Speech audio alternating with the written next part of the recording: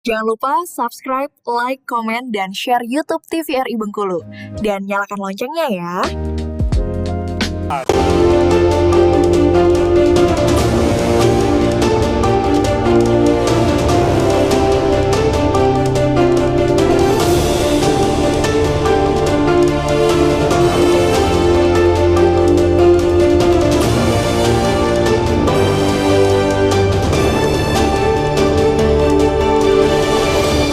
Terima kasih pemirsa, Anda masih bersama kami di Berendo TVRI Bengkulu, masih dengan tema yang sama terkait dengan transportasi laut Bengkulu. Anda juga bisa bergabung bersama kami di 0811 1013 210. Saya ulangi 0811 1013 210. Untuk Pak Adi sendiri dari ASDP Bapak, untuk tren penumpang dan juga barang selama 3 tahun terakhir ini seperti apa Bapak? Apakah mengalami peningkatan atau seperti apa? Untuk tren penyeberangan 3 tahun terakhir ini memang ada peningkatan, terutama 2 tahun terakhir ini karena Pulau Enggano ini dapat PSN, penyertaan modal negara untuk pembangunan jalan trans Enggano dari mulai pelabuhan Kahyapu ASDP sampai Desa Banjarsari dekat Bandara Enggano. Jadi itu panjangnya hampir kurang lebih 35 km. Termasuk jembatannya juga sangat luar biasa bagus, jadi jalannya itu seperti tol, dicor malahan kalau di Enggano itu.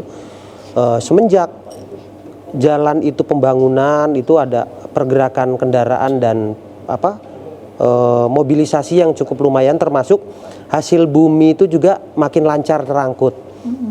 Kalau sebelum-sebelumnya itu kan karena jalannya rusak, jadi akomodasi transportasi di Pulau Enggano sendiri aja dari 35 km itu sulit menuju pelabuhan kami. Tapi saat ini alhamdulillah sudah lancar dan sangat normal sekali. Jadi jalannya pokoknya kalau ini anggap aja tol kalau di Enggano itu. Iya. Kami baru 4 kali ke sana, termasuk waktu pembangunan sampai udah jadinya kami alhamdulillah sudah ke sana 4 kali. Oke, baik. Untuk sejauh ini ada pembangunan fasilitas lagi Bapak di sana? Di tahun ini nantinya? Ya, tahun ini Bapak Presiden melalui Impres nomor 12 tahun 2025 yang kemarin diteken Pak Prabowo, alhamdulillah juga termasuk untuk revitalisasi Pulau Bayi yang tadi udah kami sebutkan, ada 3 tahap, termasuk untuk pembangunan di Enggano sendiri itu akan ada berbagai fasilitas, termasuk kemarin Pak Kadishub sama Pak Wagub juga dari sana 1 minggu, beliau dari sana akan ada kampung nelayan, itu lumayan, termasuk kerjasama dari Kementerian Pertanian dengan TNI, itu akan membuka lahan kalau nggak salah akan groundbreaking juga oleh Pak Danrem dan Pak Gub, rencana tanggal 22 ini itu sekitar 600 sampai 800 hektar untuk di Enggano. Jadi potensi di Enggano ini sangat luar biasa, apalagi jalannya sudah jadi, ini nanti akan ada program lagi cetak sawah hampir 800 hektar, itu sangat luar biasa. Jadi di sana itu subur, masyarakatnya sangat pekerja keras.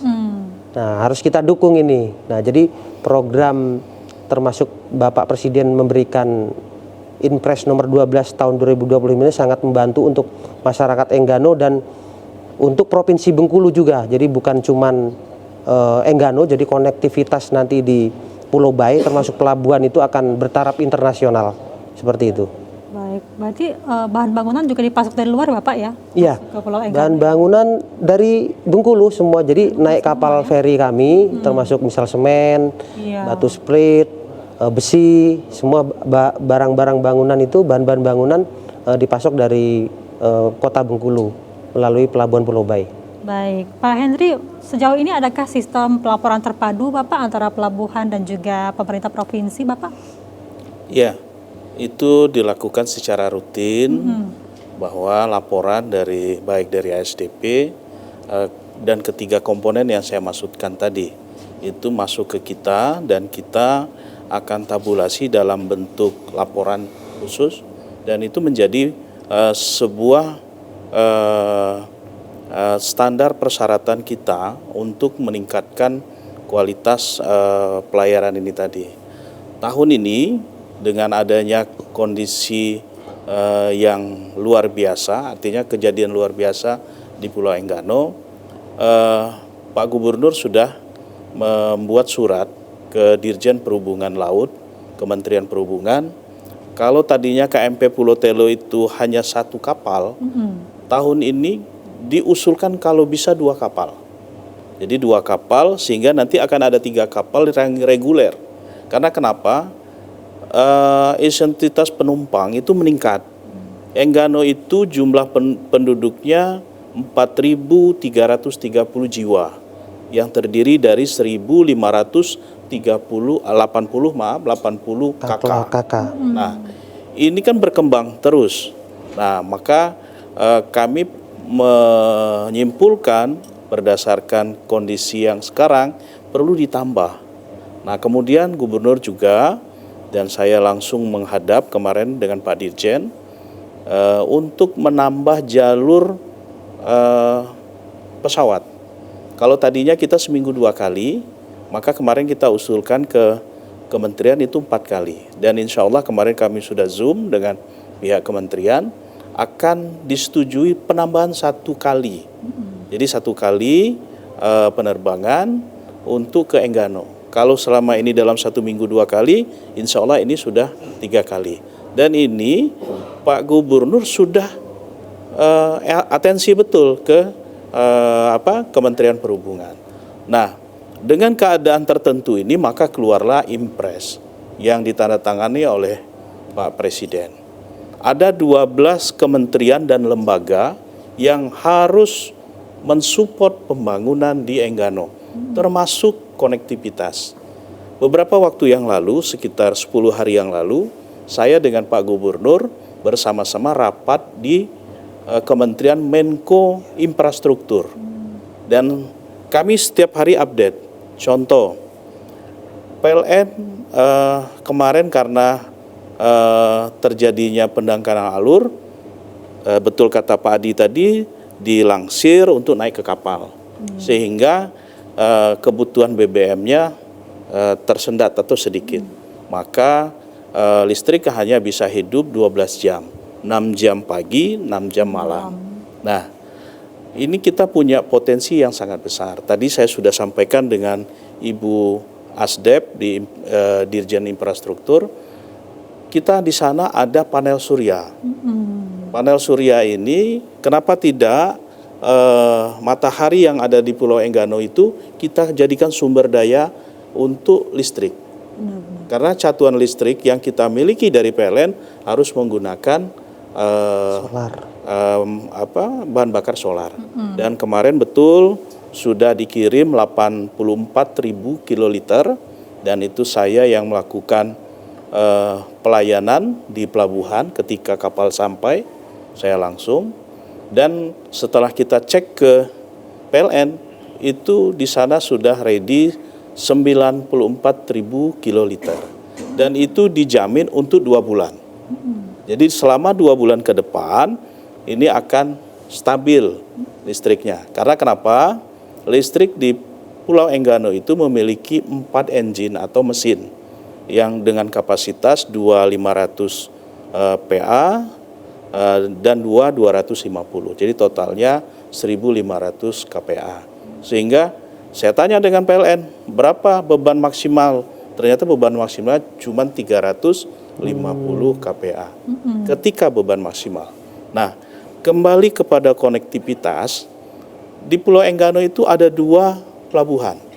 Satu pelabuhan Kayapu yang punyanya ASDP dan perhubungan, semuanya perhubungan, maksudnya perhubungan provinsi.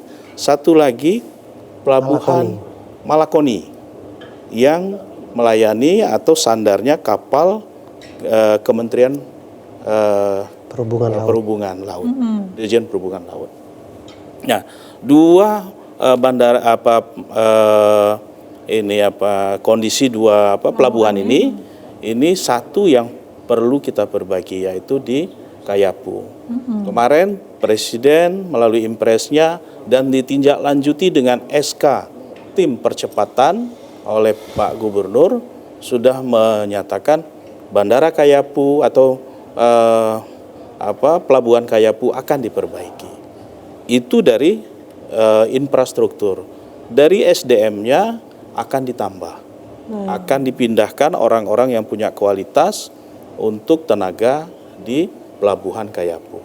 Nah, sehingga konektivitas masyarakat yang ada di Enggano ini akan tersambung ke Bengkulu.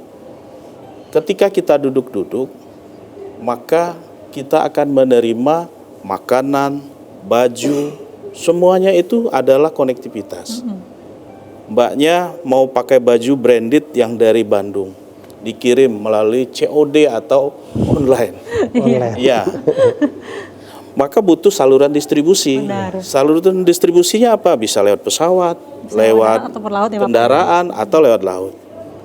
Ketika lewat udara, pagi ini dikirim, siang sampai di Bengkulu, kemudian konektivitasnya dilanjutkan dengan kendaraan mobil, kemudian nanti dengan travel sampai ke rumah kita.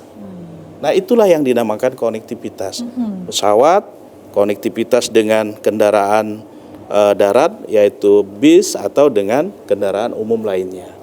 Begitupun dengan laut.